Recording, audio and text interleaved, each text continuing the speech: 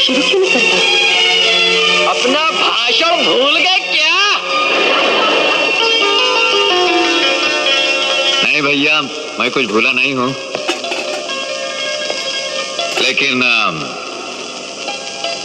मैं भाषण नहीं दे सकता। भाषण तो बहुत होते रहते हैं, देश के नेता और लीडर तो बोलते ही रहते हैं, कान पक गए सुनते सुनते।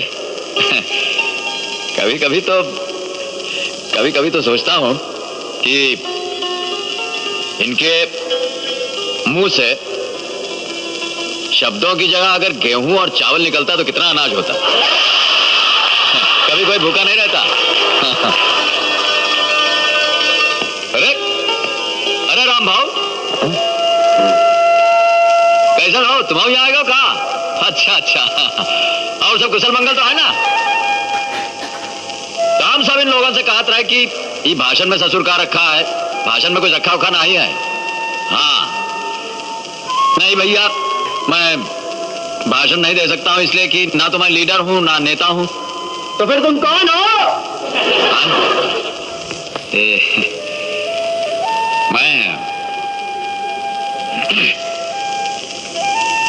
मैं वही हूं जो तुम हो, या तुम हो, या फिर तुम हो एक आम इंसान। हम आम इंसान, मामूली इंसान कहलाते हैं, मगर हम मामूली इंसान नहीं है भाई। हम मामूली नहीं है। ये हर सवेरे अपने रोजगार के लिए सड़कों पर पैदल और अनगिनत साइकिलों पर निकलने वाला, ये बसों में खड़े रहकर सफर करने वाला, ये राशन और केरोसिन की लाइनों में रेंगने वाला, ये फुटपाथों, बाजारों, दफ्तरों में कौड़ियों की मोल अपनी मेहनत बेचने वाला इंसान मामूली नहीं है भाई। ये छोटा नहीं है, इसलिए कि इसी के पसीने से तो दुनिया का हर कारखाना चलता है। इसी के पसीने से दुनिया का हर खेत सींचा जाता है। इसी के हाथ ईंट पे ईंट रखकर मकान बनाते हैं। यही हाथ मिलों में नया कपड़ा बुनते हैं और घाटों पे पुराना कपड़ा उजाते हैं। इस दुनिया की हर रोटी, हर कपड़े, हर मकान के पीछे हम हैं। हाँ, हम आम इंसान। यही इंसान इस जमीन का वारिस है, इस धरती का पहला बेटा है।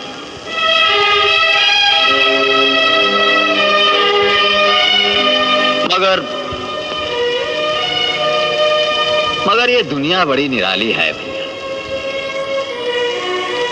वही इंसान जो दुनिया को सब कुछ देता है, उसी के पास कभी रोटी नहीं, कभी कपड़ा नहीं, कभी मकान नहीं। यहां जो मुसीबत आती है सबसे पहले इसी पे आती है। महंगाई बढ़े तो सबसे पहले इसका चूल्हा ठंडा होता है। बीमारी फैले तो सबसे पहले इसका बच्चा मरता है। वो बाढ़ हो, सूखा हो, और तो और दंगे फसाद में भी आम आदमी ही मरता है, बाकी तो किसी का कुछ होता नहीं है भाई।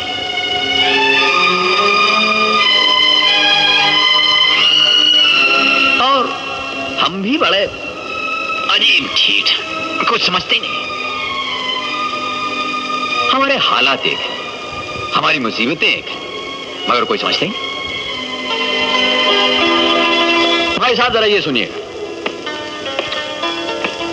मैं एक बार कहीं रेलगाड़ी में जा रहा था, तो डिब्बे में देखा कि एक आदमी अपना सामान अपने सर पर उठाए बैठा है। तो मैंने उससे पूछा, क्यों भैया ये क्या कर रहे हैं? बोला, सामान मेरा है, मैं नहीं संभालूंगा तो और कौन संभालेगा? सुना आपने?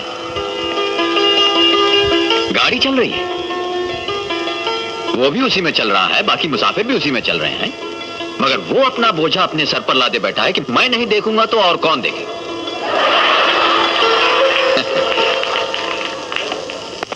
सब भी बस ऐसे ही हैं।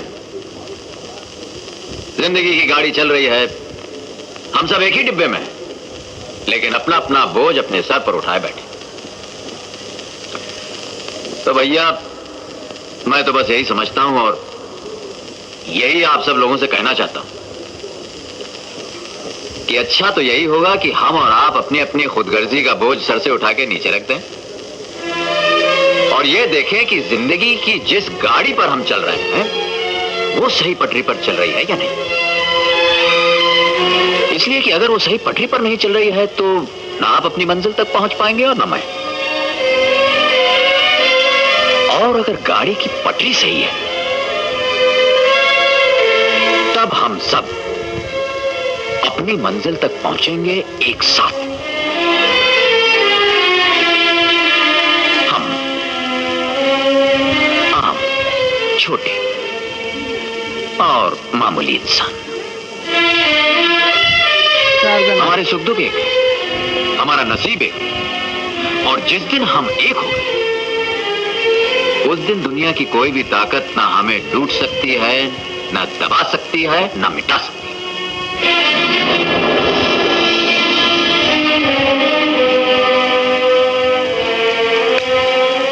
बस इतना ही कहना था मुझे।